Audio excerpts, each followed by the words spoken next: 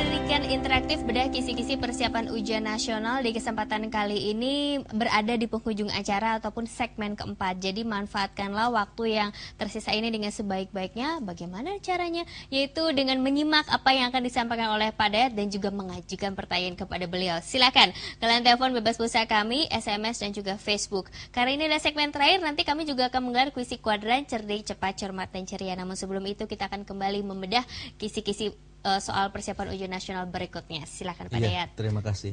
Tadi kita sudah berbicara tentang ciri-ciri wirausaha. Ya. Berikutnya sekarang kita lihat jenis kewirausahaan atau wirausaha itu sendiri. Oke.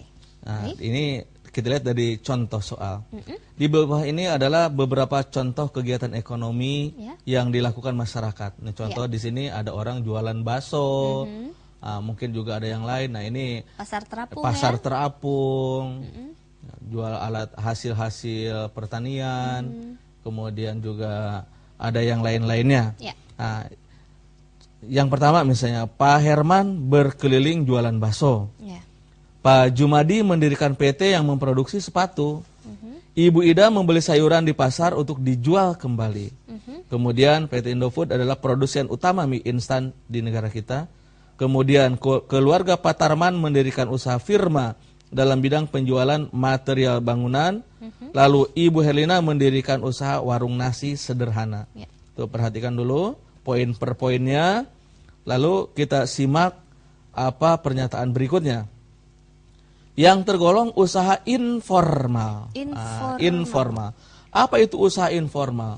Nah, usaha informal itu adalah usaha yang untuk mendirikannya tidak berbelit-belit, tidak susah aturannya. Pokoknya yang punya kemauan, ada modal, silahkan langsung usaha tanpa ada izin-izin resmi.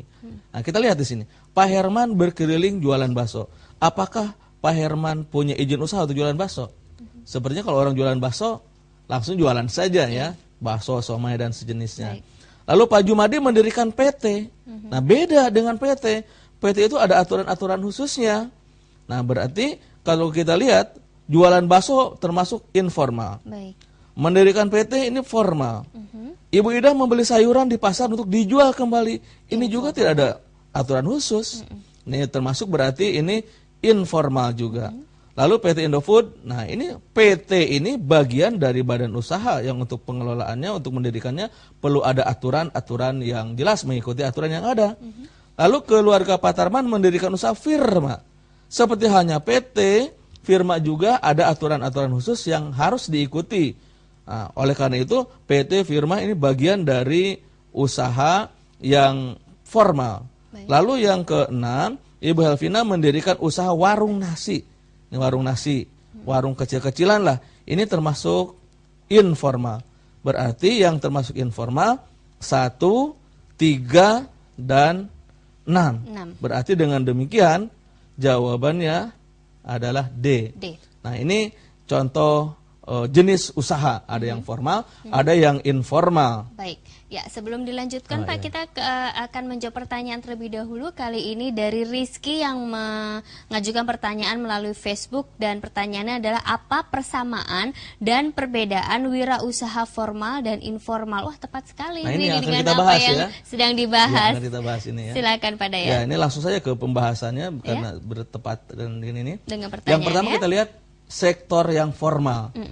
Sektor usaha yang didirikan secara resmi sesuai dengan peraturan yang